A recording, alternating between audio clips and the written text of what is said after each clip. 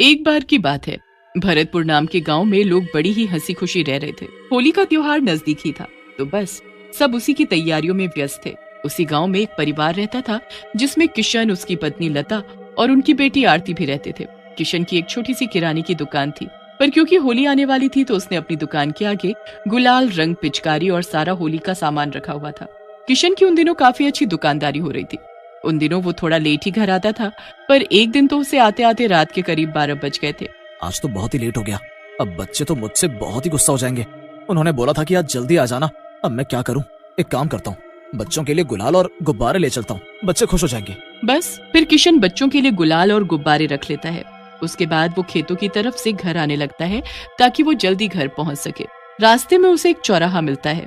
उस चौराहे पर एक मटका, गुलाल, एक काली गुड़िया और बड़ी अजीब अजीब सी चीजें रखी होती हैं। किशन उस पर ध्यान नहीं देता और उसके ऊपर से निकल जाता है। किशन का पैर सीधा उस गुड़िया के ऊपर पड़ता है।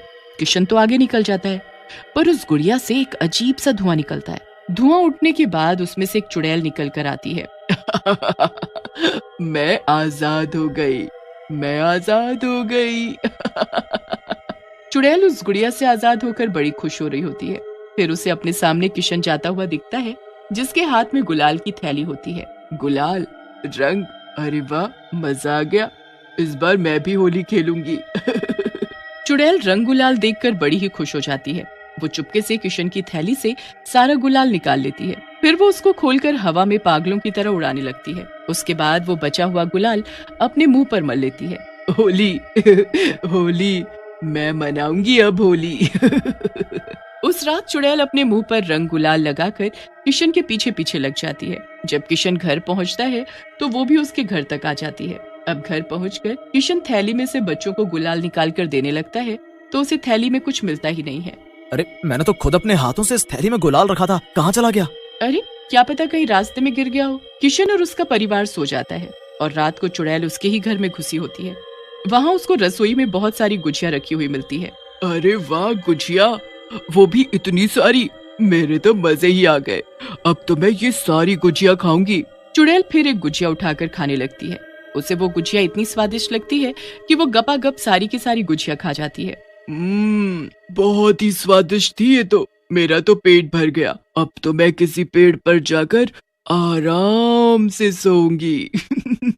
सुबह जब लता रसोई में आती है तो उसे वहाँ एक भी गुजिया नहीं मिलती। वो तो बड़ी हैरान होती है। अरे अभी रात को ही तो यहाँ ढेर सारी गुजिया रखी थी, यहाँ तो एक भी गुजिया दिखाई नहीं दे रही। आखिर सारी की सारी गुजिया गई कहाँ? लता गुस्से में बच्चों को आवाज देती है। बच्चों, इधर आओ, सच सच बताओ, ये गुजिया किसने खाई? मैंने तो एक गुजिया भी नहीं खाई मम्मी, सच्ची। सबको बड़ी हैरानी होती है, पर वो कर भी क्या सकते थे। लता अब छत पर जाकर कचरी और पापड़ बनाने लगती है। चुड़ैल भी वहीं छत पर बैठी लता को देख रही होती है। अरे वाह, आज तो मुझे कचरी और पापड़ खाने को मिलेंगे, मजा आएगा।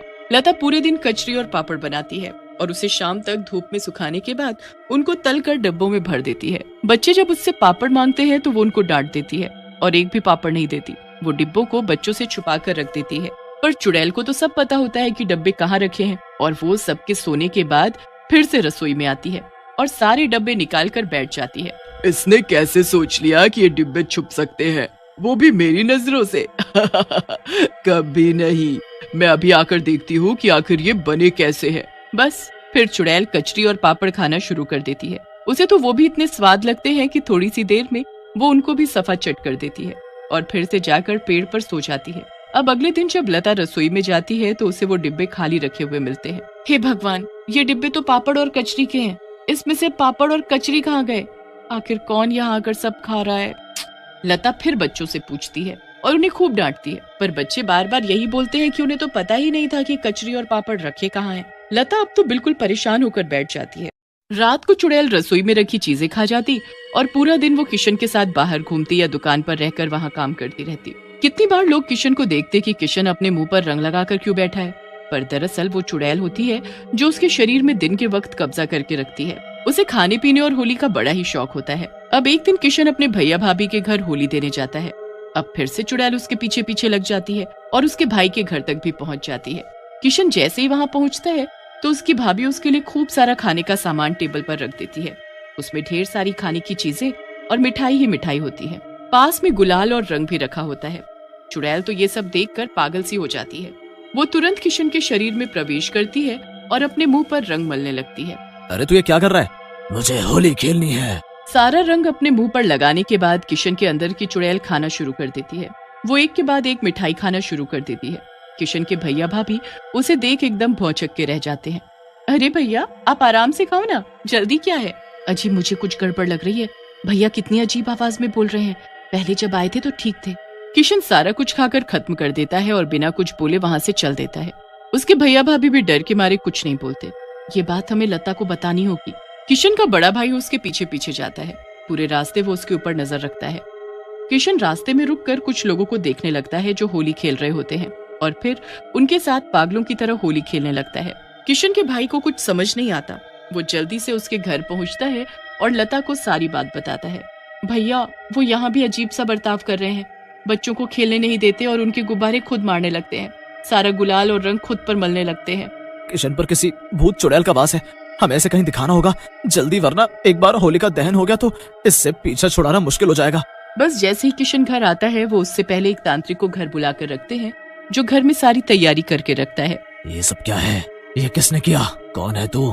तू बता, तू कौन है और यहाँ इस घर में कैसे पहुंची? आखिर तूने इसके शरीर पर कब्जा क्यों किया? ये सुनकर चुड़ैल किशन के शरीर से बाहर आ जाती है। अब तुझे पता चल ही गया है तो तुझसे क्या छुपना। मुझे तो इस किशन ने आजाद किया, तो अब तो मैं इसी के साथ रहूंगी। इसने तुझे आजाद किया? हाँ, मुझे तो कैद कर दिया उस गुड़िया में और छोड़ दिया था चौराहे पर किशन ने मुझ पर पैर रखा और मैं आजाद हो गई। मैंने कितनी बार बोला था इनको कि चौराहों से देख कर निकला करो, पर ये तो मेरी सुन। कोई नहीं, अब मैं इसका इलाज करूंगा।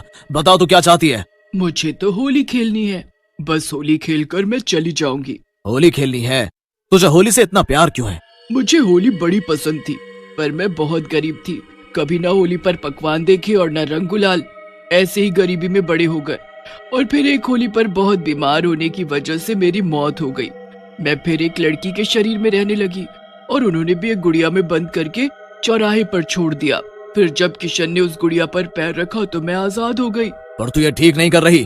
तू अब चली जा इसे छोड़कर। ये तेरा घर नहीं है और ये तेरा शरीर नहीं है। नहीं नहीं, मैं कहीं नहीं जाऊंगी, यहीं रहूंगी, होली मनाऊंगी। तेरी होली खेलने की इच्छा को मैं पूरी करवाऊंगा, पर तू वादा कर कि उसके बाद तू यहाँ से चली जाएगी हमेशा के लिए। ठीक है, पर मुझे इस बार नहीं बल्कि हर बार होली खेलनी है। तू मुझे कैद नहीं करेगा, बस हर साल मैं आऊंगी, होली खेलूंगी इन लोगों के साथ। अगर तुम हमें कोई नुकसान पहुंचाए बिना हमारे साथ होली खेलोगी और बस खा पी कर चली जाओगी तो हमें कोई दिक्कत नहीं, पर तुम कभी किसी के साथ बुरा नहीं करोगी? नहीं करूंगी, बस मुझे होली खेलनी है, पकवान खाने हैं। चुड़ैल की बात को लता मान जाती है और अगले दिन होली पर सब खूब होली खेलते हैं। चुड़ैल की वो पहली होली होती है। इतने सारे रंग, इतना सारा गुलाल, पिचकारी, गुब्बारे और ढेर सारे पकवान। चुड़ैल ये सब देखकर बड़ी ही खुश होती है। वो लता, किशन और बच्चों के साथ खूब होली खेलती है। ये मेरी पहली होली है। आज मैं बहुत खुश हूँ। बस तुम चुपके से मेरी गुजिया और कचरी मत खा जाना। हाँ। नहीं नहीं, मैं सबके साथ ही खाऊंगी। सब लोग हंसने लगते हैं। चुड़ैल की होली खेलने की इच्छा पूरी हो ही जाती है। फिर वो हर साल आती है और किशन, लता और बच्चों के साथ होली खेल कर चली जाती है।